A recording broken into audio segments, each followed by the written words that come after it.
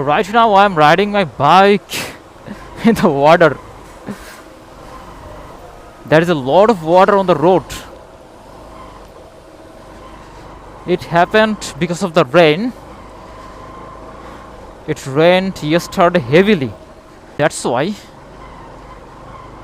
you can see this bad thing.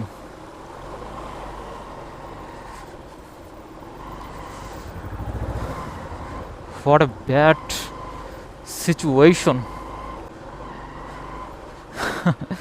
I don't know. Oh my god. How long I have to ride this way?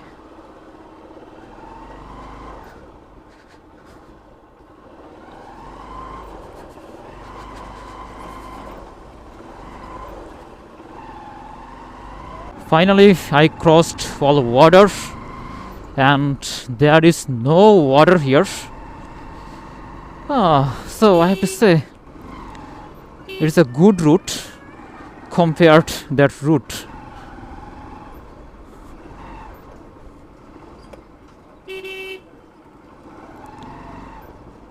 You have come without any horn. It is totally this rickshaw puller's fault. Oh, and the sky is very cloudy. It may rain anytime.